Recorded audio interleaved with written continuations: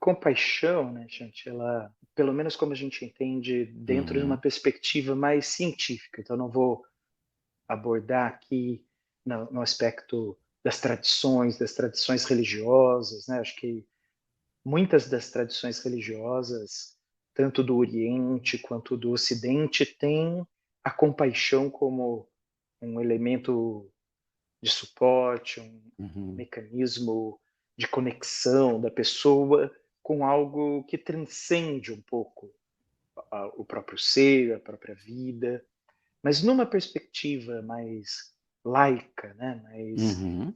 aplicada à saúde, a compaixão nós colocamos como uma, uma sensibilidade, né, uma sensibilidade de reconhecer o sofrimento em si mesmo e o sofrimento no outro, no coletivo, na experiência Uhum, compartilhada. E a partir dessa sensibilidade, há uma convocação, uma necessidade de agir frente ao sofrimento. Então, interessante. talvez a gente tenha mais uma ideia, né, mais próxima do que a empatia, né, do que me conectar com o meu próprio sofrimento, ou conectar com o sofrimento coletivo. Uhum, E esse, esse componente empático, que ele é um componente de mente, né, ele sozinho pode levar a gente até uma exaustão frente ao sofrer. Então, uhum, até uma tendência evitativa do sofrimento, né? Então, a uhum, compaixão como esse estado de mente ou esse traço dos seres vivos e principalmente dos seres humanos, da nossa espécie humana, ela é uhum, completada com essa sensibilidade, mais essa tendência natural e motivacional ou em direção a uma ação. uhum, Então, uhum, é algo que nos convoca a agir frente ao nosso próprio sofrimento. Nos uhum, coloca não numa postura passiva, mas numa postura ativa. Né? uhum, Talvez até numa referência às tradições orientais, principalmente uma, as histórias mais conhecidas, né, principalmente dentro da tradição budista, né, ela, o, o, o mote inicial, né, do Buda é o próprio uhum. sofrimento. Né? Sim. É a angústia frente ao próprio sofrimento Uhum, e uma necessidade interna de agir frente a esse sofrimento. uhum, E uhum, reconhecendo isso como uma experiência tanto individual como uma experiência coletiva. uhum, uhum. Então, a compaixão tem a ver com olhar para esse sofrimento, para esse sofrer, e o que que faz com esse sofrimento diante da ideia da compaixão. Isso é uma. É, não é uma regra de o que fazer, né? Uhum, É, frente ao sofrimento, né? É, mas é algo que nos conecta com um sentido de coletividade, um uhum, sentido de compartilhamento. Talvez nos uhum, conecte mais com o sentido de coletividade e compartilhamento do que uma ideia de estar livre do sofrimento ou imune ao sofrimento, protegido numa, numa espécie de ambiente inócuo à dor. Né? uhum, Então, e na nossa sociedade, culturalmente e politicamente, poderíamos dizer assim, muito voltada hoje para essa sensação do não sofrer, né? Uma certa exatamente. imunidade frente à experiência. Então, até mesmo as buscas, né, de bem-estar, elas podem cair nessa armadilha, né, que é nos desconectar da experiência coletiva, né, Uhum, de sofrimento, de angústia. Então, a compaixão ela é uma resposta frente a essa experiência que faz parte da nossa condição, né? Da nossa condição na vida, na nossa condição como seres viventes, né?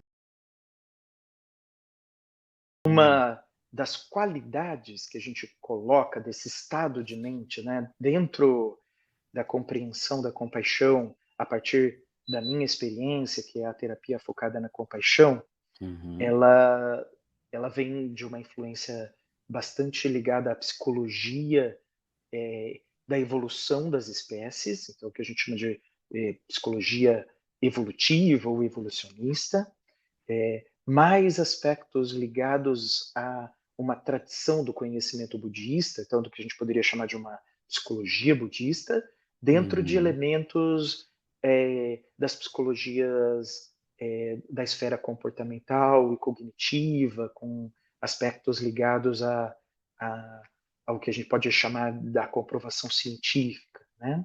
Então a ideia de que a compaixão ele pode ser um estado de mente que tem, né, duas qualidades fundamentais, esse estado. Então, os estados de mente são formas com que o nosso corpo e a nossa mente se apresentam. Então, um estado de mente, por exemplo, depois eu volto nas duas qualidades da mente compassiva.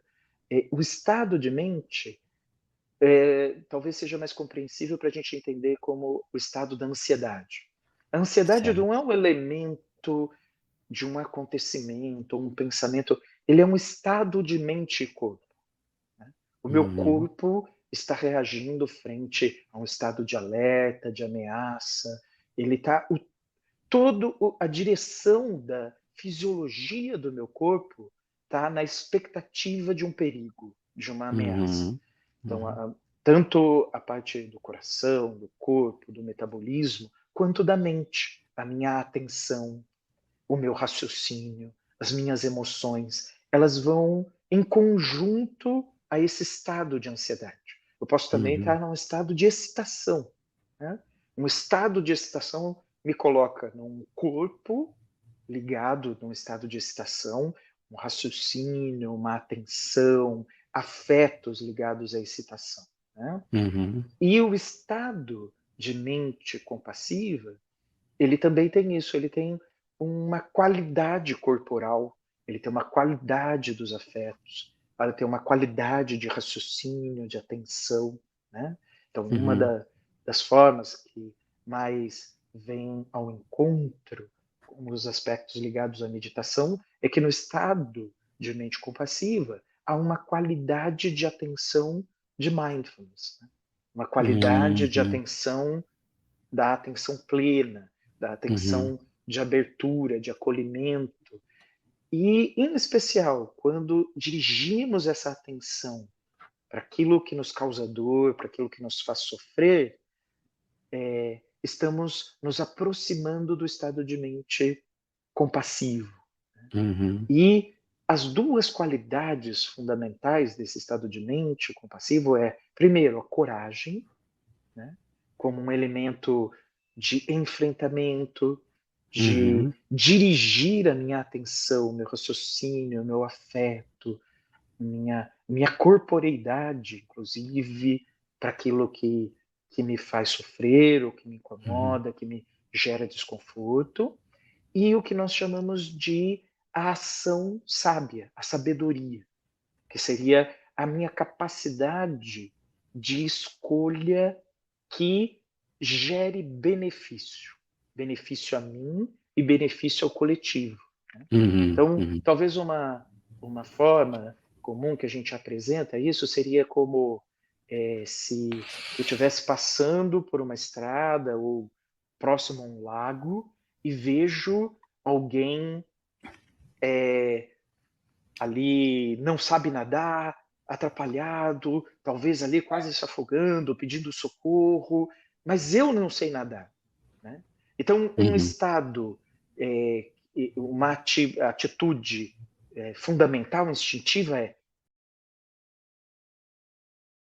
vou ajudá-lo, né? Mas se eu fizer isso de uma forma reativa, não pensada, não sábia, não trazer uma possibilidade de a ação ser correta, vou pular nessa lagoa e vamos ter 2 afogandos, onde o coletivo ali, em vez de salvar um, vai ter que salvar 2 agora, né?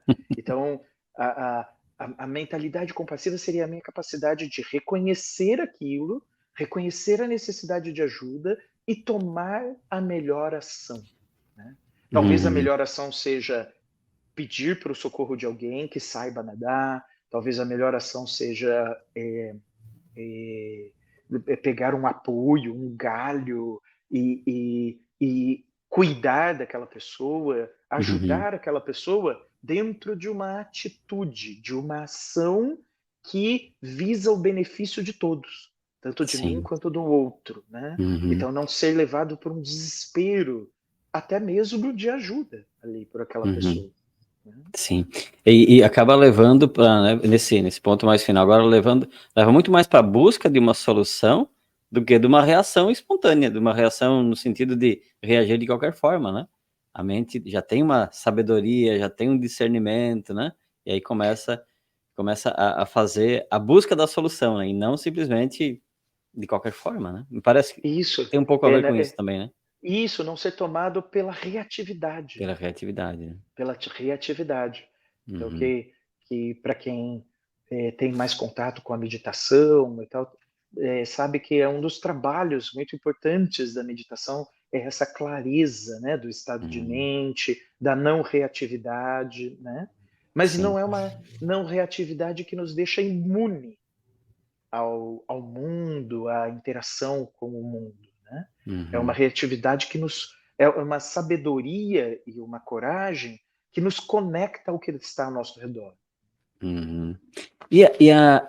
A ideia da compaixão, ela tem a ver eu comigo mesmo ou tem mais a ver com o coletivo? A ideia fundamental da compaixão, ela nasce sempre de uma experiência do coletivo, né? Nós chamamos de fluxos da compaixão a direção que ela toma. Então, por definição, a compaixão é essa sensibilidade do sofrimento que me toca e que toca o outro. Esse sofrimento compartilhado pela nossa condição de estarmos vivos, de estarmos batalhando numa vida. O fluxo da compaixão, ele pode ser o o cuidado que eu dirijo ao outro, a intenção de cuidado, de abertura, de receptividade que eu dirijo ao outro, então é um fluxo de compaixão dirigido ao outro, um fluxo de compaixão dirigido a mim mesmo, então é o que as pessoas costumam chamar de autocompaixão, mas ela sempre nasce dessa ideia do coletivo. É uma direção da atenção do cuidado a mim mesmo. E o fluxo de compaixão do outro para comigo. Né? Que para muitas pessoas, às vezes, esses fluxos, eles não são necessariamente em harmonia. Né? Conhecemos da minha área, por exemplo, na área de saúde, é muito comum conhecermos grandes profissionais de extremo cuidado com o outro que têm dificuldade de receber cuidado, né? De Exato. se dar cuidado ou também de receber cuidado.